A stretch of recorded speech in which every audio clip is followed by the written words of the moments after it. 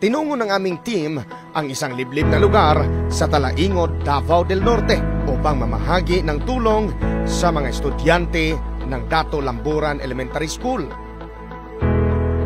Bago namin marating ang lugar, abay kailangan muna naming bumiyahe ng mahigit 3 oras mula Tagum City papunta sa lugar.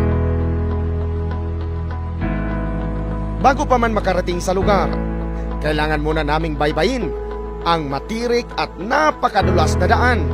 Bago kasi kami bumiyahe, nauna nang bumuhos ang ulan sa lugar kung kaya't napakadulas nito. 4 na pick-up truck naman na puno na mga gamit ang aming dala, kasama ang mga kabrigada nating sumusuporta sa ating adhikain. Dahil sa sobrang dulas ng daan, kinailangan naming iiwan ang 2 pick-up truck sa kadahilanang hindi ito 4-wheel drive. Ipinasundo na lang namin sa mga single motorcycle ang mga karga ng 2 pick-up truck. Sinisiguro kasi namin na kailangang makabalik kami agad dahil na din sa banta ng pag-ulan. Kalaunan ay narating din namin ang lugar na aming pakay, ang Ibuyag Lamburan Elementary School sa Sitio Misolok-Solok, Barangay Santo Niño, Talaingod, Davao del Norte. Masayang sinalubong kami ng mga estudyante at guro sa lugar, kaya naman agad naming ibinaba ang aming dala. Tinulungan na din kami ng mga estudyante sa pagbaba ng aming dala. Abay salamat naman sa mga napakabait na mga bata dito.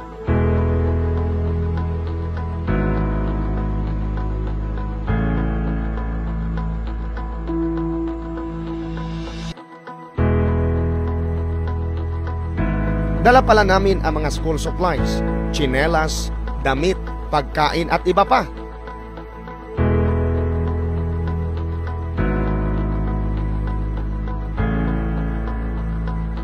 Bago ang pagbigay nito sa mga bata, nagkaroon muna kami ng konting programa at pagbigay aliw at kasiyahan sa mga bata at sa mga magulang. Pulis. Pulis. Anong magpulis mo na?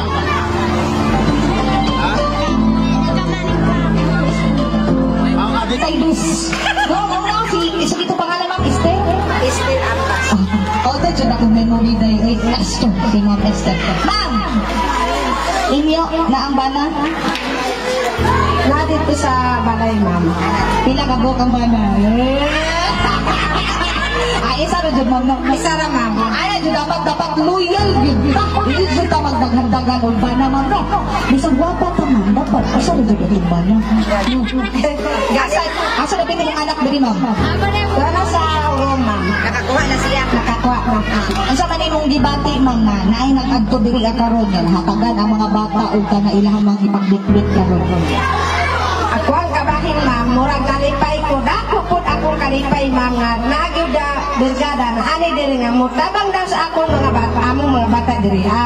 Kay kami po mga ginikanan, ma'am. Murag, di-digid mo ka kuan sa among mga anak, ma'am, kay kulang po dito sa among panginabuhi, ma'am. Dagan salamat akong kuan, ma'am, nga kamo po nakasuporta sa among mga bata. Dagan po di panghatag ni mga panalangin sa among mga bata. Grabe po naripay namin, ma'am. Naura po ako. Tanaw ang kasiyahan sa isa't isa pagkatapos na ipamahagi na namin ang aming dala sa kanila.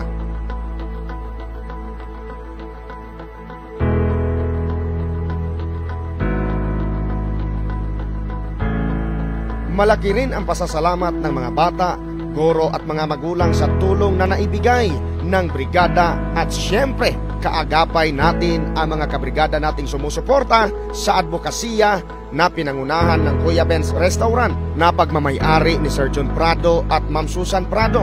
At siyempre kasama rin natin si Sir Noel Medelo, Sir Didit, Ma'am Jing Lumagod at Engineer Tansel Kabatingan. 1, 2, 3, go! Hintay kaayo sila mga sir o ma'am.